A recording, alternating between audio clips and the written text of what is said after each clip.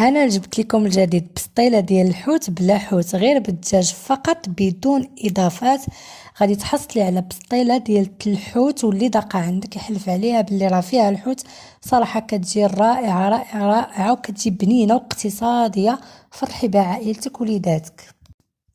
الا بغيتي تشوفي لا فيديو كامل وتشوفي الطريقه باش صايبت هاد البسطيله هذه اللي جات صراحه طوب، غادي تدخلي لقناتي وصفات وحيه الهجر.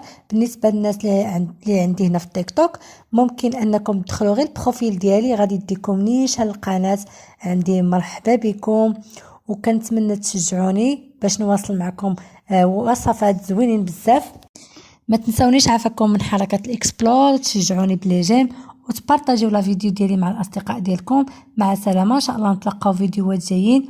وكما قلت لكم كنتمنى الدعم بزاف بزاف بزاف من الناس ديال تيك توك.